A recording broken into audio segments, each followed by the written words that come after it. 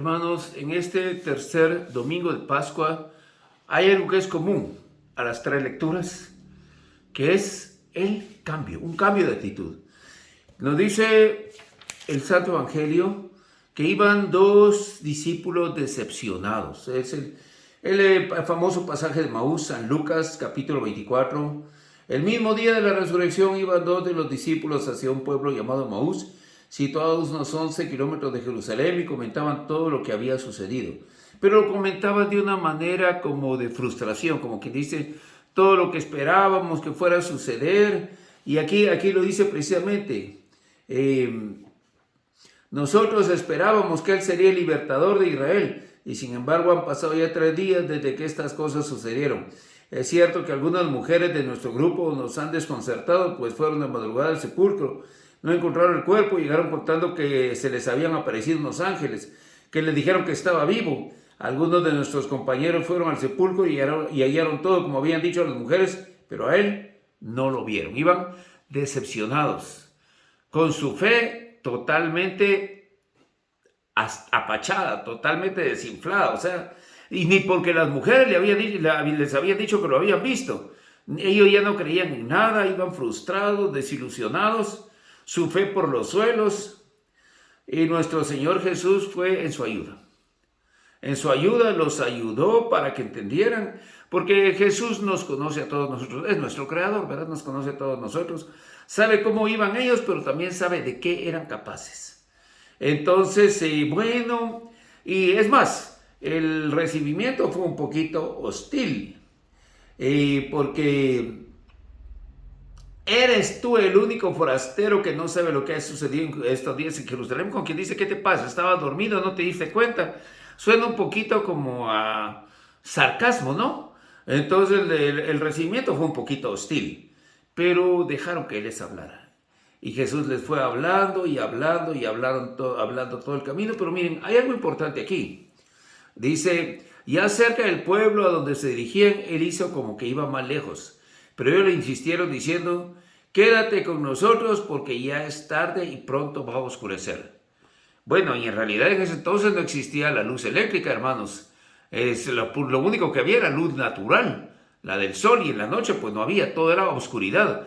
Yo no sé, hermanos, si a ustedes les ha tocado estar en el área rural, en un lugar donde no hay nada de luz. Bueno, así a mí sí me ha tocado, y donde realmente no se ve nada. Entonces la oscuridad pues para el ser humano es peligrosa. Habían serpientes, habían sabandijas, habían escorpiones, había cualquier animal en el camino, aparte que podían tropezarse en una oscuridad total. Aunque es cierto que acababa de pasar la luna de Nisan, pero de todos modos la oscuridad es peligrosa. Entonces, nadie quiere andar en la oscuridad. Claro, ahora tenemos luz eléctrica, pero entonces no. Aparte de que el cansancio, ya habían caminado 11 kilómetros. Es lo que nos dice la versión del Evangelio, pero algunos calculan que fue más. Entonces, porque recordemos que ellos no usaban como medida los kilómetros, es solo para que nos demos una idea de que era un camino bastante largo. Y habían caminado 11 kilómetros, les dio la noche, y entonces quédate con nosotros porque anochece, como que dice, es peligroso que sigas solo de noche. La noche era peligrosa. Entonces dice, cuando estaban a la mesa, tomó un pan, pronunció la bendición, lo partió y se lo dio. Entonces se les abrieron los ojos y lo reconocieron, pero Él se les desapareció. Se levantaron inmediatamente y regresaron a Jerusalén. Hermanos, ya ni comieron. Aquí no dice, terminaron de comer y después se fueron a Jerusalén. No, se levantaron inmediatamente, ya habían pagado la comida, ni se la comieron. Miren, iban cansados, con hambre, pues se les olvidó el hambre. Se les olvidó el cansancio y se les olvidó el peligro de la oscuridad. Se regresaron los 11 kilómetros, o sea que ese día caminaron 22 kilómetros. 11 de ida y 11 de vuelta, solo que estos 11 de vuelta en la oscuridad no les importó que no habían comido, no les importó los peligros de la oscuridad, no les importó que iban cansados de caminar otros 11 kilómetros y tenían de que ya habían caminado antes 11 kilómetros y ahora otros 11 y eran 22, no pensaron ni en el cansancio, ni en la distancia, ni que no habían comido. Todo cambió. Con tener ese encuentro con Jesús resucitado, todo cambió para ellos. Entonces vemos un cambio de unos hombres apesadumbrados, sin fe, amargados, defraudados, a unos hombres que ya no les importa la oscuridad, ni el cansancio, ni el hambre. Su vida espiritual está por encima de su vida física. Y vemos un cambio también. El día de Pentecostés, ahora lo vemos en la primera lectura, hermanos. Los Hechos de los Apóstoles, capítulo 2. El día de Pentecostés se presentó Pedro junto con los 12 ante la multitud, dando testimonio de Jesús, una multitud. Hermanos, pero el Jueves Santo en la noche negó a Jesús ante unos cuantos sirvientes que estaban calentándose el fuego. Ahora es frente a una multitud y ahora no tiene miedo. Ahora no tiene ningún miedo. ¿Qué causó ese cambio? Recordemos, hermanos, el día de Pentecostés. ¿En qué día sucedió esto? El día de Pentecostés, cuando ellos habían recibido al Espíritu Santo. También aquí hay un cambio. Antes de Pentecostés, todavía, recuérdense que el día de la Ascensión le preguntan todavía a Jesús, ahora sí vas a establecer el reino de Israel. Todavía no terminaban de entender. Ahora entienden bien, hermanos. Ahora entienden bien y lo explican todo muy bien. Entonces, él dice, pues bien, a este Jesús Dios lo resucitó y de ello todos nosotros somos testigos.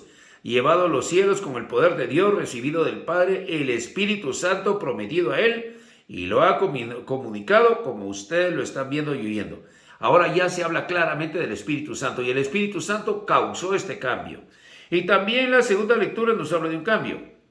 Puesto que ustedes llaman a Padre Dios que juzgue imparcialmente la conducta de cada uno según sus obras, vivan siempre con temor filial durante su peregrinar sobre la tierra. Y le dice, bien saben ustedes que de su estéril manera de vivir, heredadas por sus padres, los ha rescatado Dios de una estéril manera de vivir. ¿Qué es estéril? Algo que no produce nada, que no produce frutos espirituales.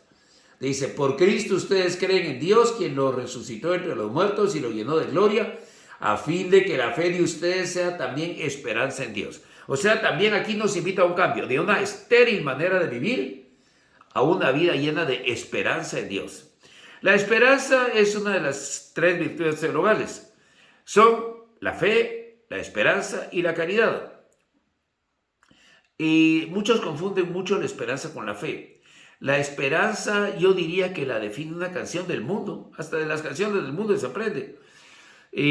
Había una cantante famosa, allá por los años 80, 90.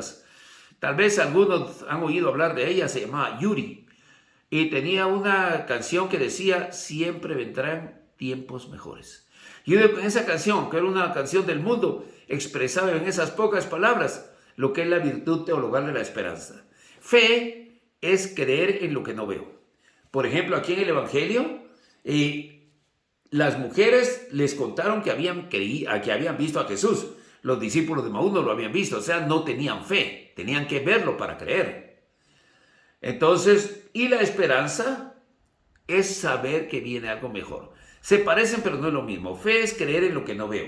Esperanza es saber que este mundo tan feo, tan injusto, tan lleno de maldad, tan corrupto en el que nos toca vivir, no es todo lo que hay. Como decimos en el rezo de la salve, este valle de lágrimas, pues este valle de lágrimas no es todo lo que hay. Hay algo mejor para nosotros.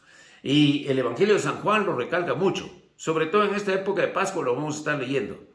Están en el mundo, pero no son del mundo. Sabemos que hay algo mejor para nosotros. Por eso nos dice, a fin de que la fe de ustedes sea también esperanza en Dios. Entonces, hermanos, vemos este cambio. Los discípulos de Maús, de no tener ya nada de fe, a que ya no les importe la oscuridad, ni el hambre, ni el cansancio, y venir a dar testimonio de Cristo resucitado. Vemos el cambio en San Pedro y en los demás apóstoles. Después de que él negó a Jesús y los otros salieron huyendo, hoy se presentan ante una multitud. ¿Por qué? Por la acción del Espíritu Santo. Y a este cambio nos invita también el apóstol San Pedro en la segunda lectura. Pasar de una manera estéril de vivir a una manera que dé frutos de esperanza, que dé testimonio de esperanza para los demás. Y entonces esto lo podemos ver también en el Salmo. Cuando nos dice, por eso se me alegra en el corazón y el alma, y mi cuerpo vivirá tranquilo, porque tú no me abandonarás a la muerte, ni dejarás que sufra yo la corrupción. No se refiere a la muerte de este cuerpo físico que se tendrá que quedar en este planeta. Se refiere a la segunda muerte. Ahora este salmo nos habla de vida eterna. Por eso se me alegra el corazón y el alma, y mi cuerpo vivirá tranquilo. Tranquilos, ¿por qué? ¿Quién vive tranquilo? El que tiene fe, el que tiene confianza, el que tiene esperanza. Entonces, hermanos, si nuestra fe estaba por los suelos, si teníamos miedo de hablar de Jesús, si nuestra vida era estéril, hoy estas escrituras nos invitan a un cambio de vida. ¿Por qué? Porque Jesús está con nosotros. Dice, yo estaré con ustedes todos los días hasta el fin del mundo. Y el Espíritu Santo que animaba a hablar a San Pedro en Pentecostés es el mismo Espíritu Santo que todos hemos recibido en el bautismo. Entonces, que ya quede fuera nuestra estéril manera de vivir y vivamos una vida llena de fe, llena de esperanza. Como San Pedro le transmitió a los demás, lo transmitamos nosotros a los demás. Como los discípulos de Maús dieron testimonio de Cristo resucitado, demos nosotros testimonio también a los demás de que en esta vida sí es posible vivir con fe, con esperanza, sabiendo que siempre vendrá algo mejor. Y que todos tengan un feliz y bendecido tercer domingo de Pascua.